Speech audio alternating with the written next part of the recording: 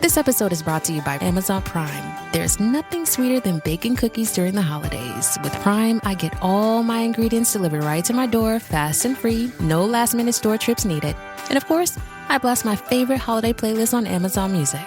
It's the ultimate soundtrack for creating unforgettable memories. From streaming to shopping, it's on Prime. Visit Amazon.com/Prime to get more out of whatever you're into. This Steve Jones Show podcast is now loading. The Steve Jones Show podcast is presented by Sunbury Motor Company, Purdy Insurance, Brewers Outlet, and NIL Game Changers.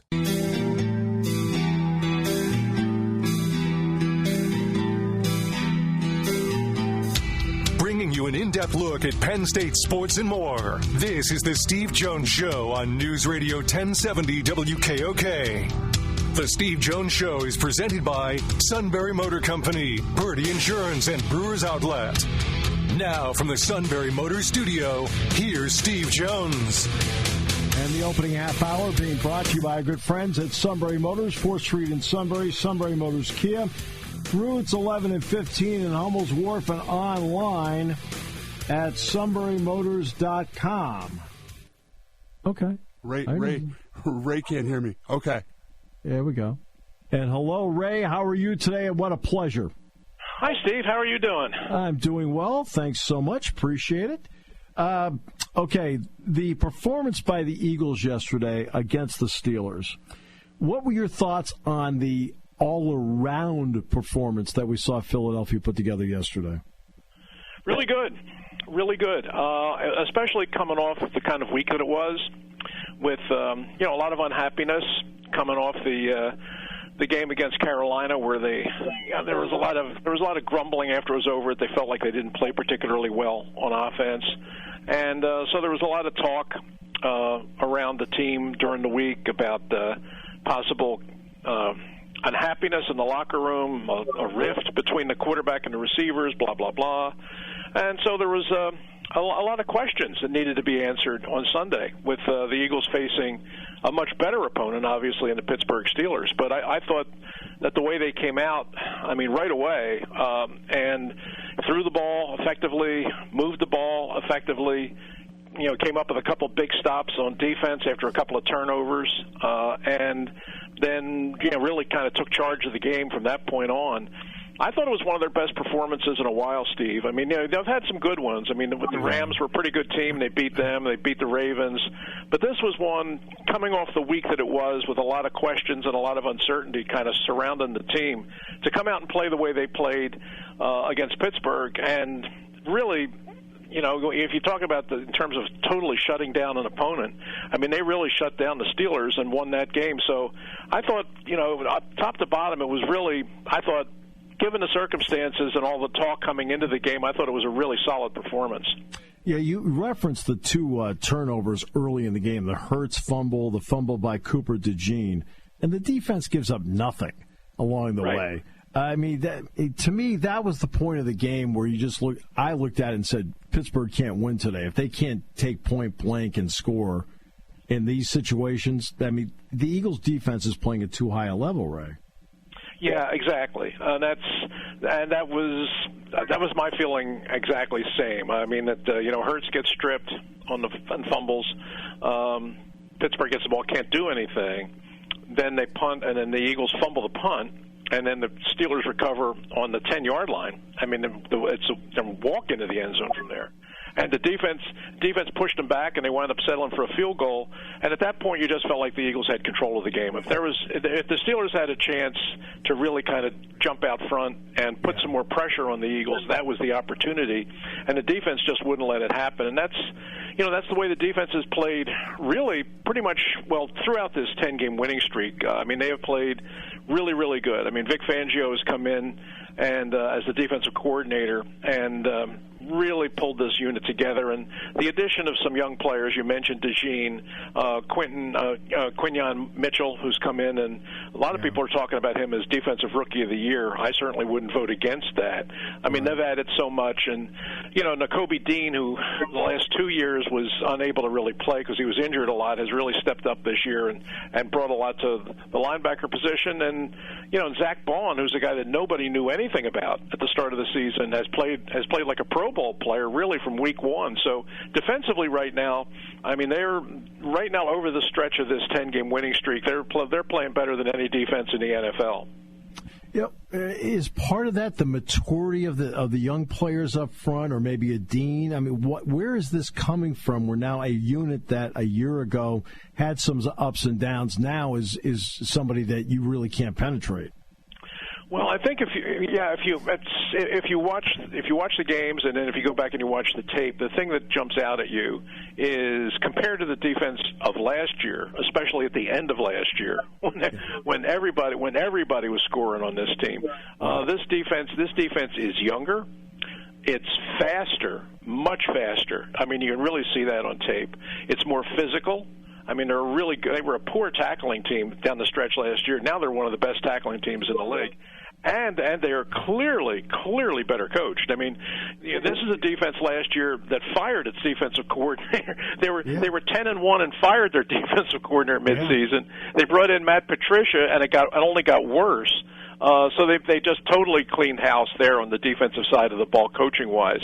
And they brought in Vic Fangio, who's been around forever and has always had top 10 defenses. And he came in and took this group of guys, and a lot of young guys, as you alluded to, and he's got them playing at a really high level right now. And you look at it, I mean, they're the number one defense in the league right now. They're playing like it, and they're also the youngest defense in the league. I mean, you look at the 11 starters, the average age of them is 25. So you figure these guys are only going to get better. All right. When I look at Quinyon Mitchell, look, he's out of Toledo, and I do realize that Nick Saban said, hey, in the transfer portal, we'd have gone after him in a heartbeat, which I understand. But when you see a young player like this, I don't know if you can call him a shutdown corner yet, but playing at that level, what has that meant to the rest of the secondary that he holds his spot on the field all day? It's huge. It's huge. And, I don't like to throw the term around unnecessarily, but Steve, he is a shutdown corner. Yeah. I mean, you look at him, he's got no interceptions. People say he's got no interceptions. Yeah, that's because nobody's throwing his way. Right.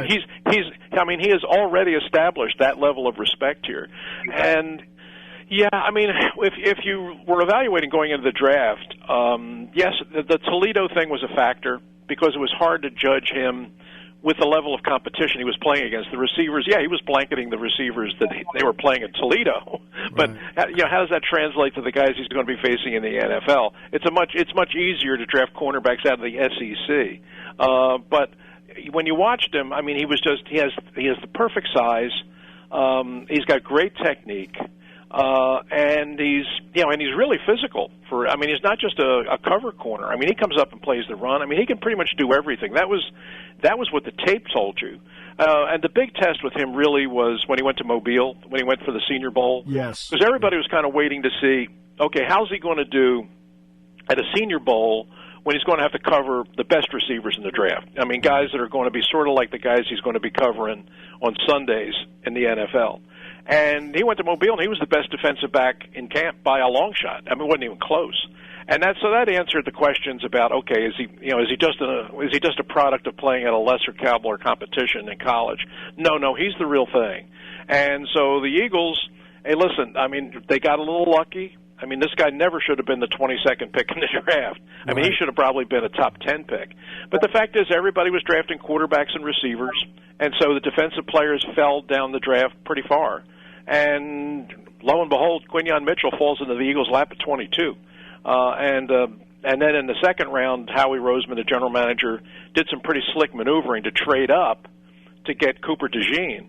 Yeah. And so the Eagles come out of the draft with the two guys that I had ranked 1-2 at the cornerback position. They got both of them. Yeah. So and it has made a huge difference in this defense. And the fact that Nakobe Dean is finally healthy and they're getting him on the field, you see how good he is. And Jalen Carter, who was their first pick a year ago, who was very promising last year but kind of tailed off at the end of the season, has played at a very high level right from week one. And, right now he's playing as good as any interior defensive lineman in the league. Yeah, no, I've got to give credit where credit's due there. Jalen Hurts during this 10-game winning streak has incredible stats. But what are your eyes, Ray, telling you about the level of play with which he is going about his business when he decides to throw the football? I mean, there's been a lot of. Well, I guess this comes with playing quarterback in Philadelphia. You're under a microscope. I mean, every pass you throw is talked about on the streets of Philadelphia the next day. It's not easy to play quarterback in this town. I mean, ask Ron Jaworski, ask Randall Cunningham, ask Donovan McNabb for sure. But I think that. I think that Hurts has played well this year. I really do. It's been an adjustment because the offense is so different. I mean, right now they're running the ball more than any team in the league. And so Hurts' role in this is, I mean, nobody likes the term, but he's been kind of a game manager really for most of the season. But when he's had to make throws, he's made throws. And early in the season, through the first 4 games when they were 2-2, I mean, one of the reasons they were struggling early was because he was making mistakes and he was turning the ball over, and they were losing games as a result. And they just made a conscious decision during the bye week that we're going to come out of this bye and we're going to come out and we're just going to build around the things we do best, which is block people at the line of scrimmage and hand the ball to Saquon Barkley, and that's what turned the whole season around. But when he's had to make throws, Hurts has made key throws. Now, last week's game against Carolina, it was a poor game for him. I mean, he held the ball too long. He didn't throw the ball particularly well. Didn't turn it over, but he didn't make many big plays.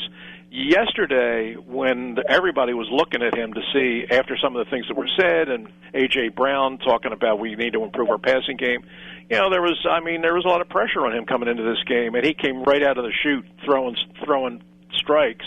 And 8 for 8 in the first quarter, 11 for 12 in the first half. And you saw he finished up pretty much almost 300 yards, and you saw him playing with the kind of assurance that people are used to seeing him play with. So, I mean, there was a lot of talk about him. There was a lot of criticism about his play this year, which I thought a lot of it was unwarranted. But I think he put a lot of that to rest. Steve, my feeling has always been. I mean, Terry Bradshaw said in an interview I did with him years ago, I thought he said something that was really spot on. When he said, you look at my stats, you look at me ranked among the all-time passers. I mean, you rank the all-time passers on passer efficiency rating or whatever they call that thing. I mean, Bradshaw's like 93rd, and he said, I don't care about that. I don't care about completion percentage. I don't care about average yards per attempt. For a quarterback in the NFL, there are 2 things that matter: scoring points and winning games. Yep. That's what a quarterback's job is. If you score points and you win games, that's what you're out there to do. It's not to put up stats. And I think that you look at what Hurts has done in terms of scoring points and winning games.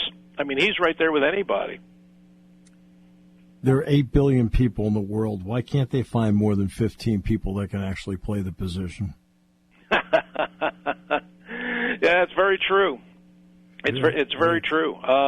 It's a tough position. I've always contended it's the toughest position in sports. Yep. I really do think to play the mental and the physical, to say nothing of the emotional demands of playing that position.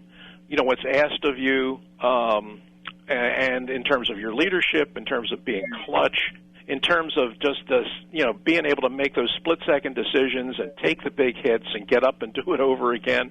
Yep. I think it's the toughest position in sports. It's not easy anywhere, and I think it's tougher in some cities than others. And Philadelphia might be the toughest of all.